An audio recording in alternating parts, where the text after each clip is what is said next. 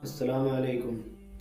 कुछ साइंसदानों का कहना यह है कि रोज़ा रख लेने से आदमी कैंसर जैसी बीमारी से महफूज हो जाता है, यानी कैंसर जैसी बीमारियां उसको नहीं लगती। साइंसदानों की ज़बान ही फिर बहुत सारे मुसलमान भी बोलने लगते हैं और फिर यहाँ तक भी मुसलमानों को कहते हुए सुना गया है कि अच्छा, आज पता लगा कि अल्लाह तबारक व तआला ने रोज़ा कैंसर जैसी बीमारी से बचाने के लिए फ़र्ज़ किया है। अब साइंसदानों की ये बात कहाँ तक सही है और कहाँ तक गलत है, इस सवाल का जवाब तलाश करने की कोशिश करते हैं। साइंसदानों की ये बात गलत है, और गलत इसलिए है क्योंकि आए दिन उनकी तहकीकात बदलती रहती हैं। आज कुछ तहकीक है, कल कुछ है, परसों कुछ है। कल खुदा न खास किसी रोज़ेदार को फिर कैंसर हो जाता है तो कोई भी आदमी खड़ा होकर के कुरान करीम को गलत साबित कर देगा। और हमारे पास इसकी बहुत सारी मिसालें हैं कि रोज़ेदारों को भी कैंसर हो जाता है। दारुल देवबंद के कई बड़े बड़े नेक उस्ताद और मुहद्दिसीन भी इसी कैंसर जैसी बीमारी में दुनिया से चल बसे हैं। आप क्या कहेंगे कि वो रोज़ा नहीं रखा करते थे? नऊज़ बिल्लाह, नहीं, वो रोज़ा रखा करते थे।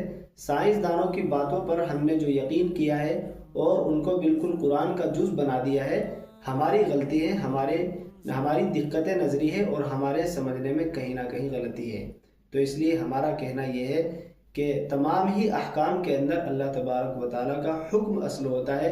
अल्लाह तबारक व तआला जो अहकाम नाजिल करते हैं वो देखना चाहते हैं और परखना चाहते हैं कि कौन मेरे इस हुक्म को मेरी रज़ा के लिए करता है और कौन इसमें अपने फ़ायदे तलाश करता है।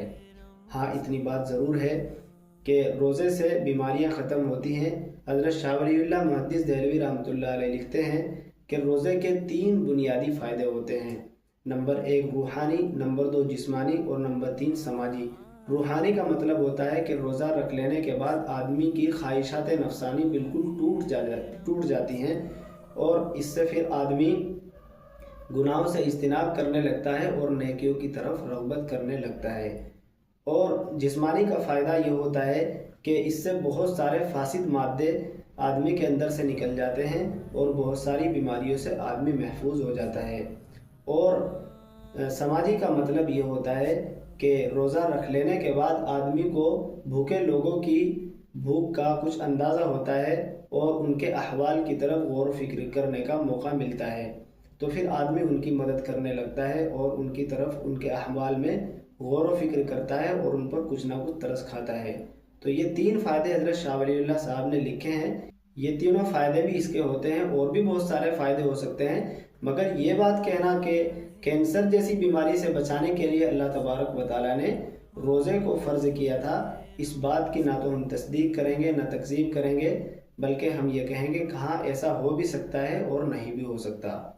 अल्लाह तबारक व तआला हम सभी को सही समझ की तौफ़ीक़ अता फ़रमाए। अस्सलामु अलैकुम।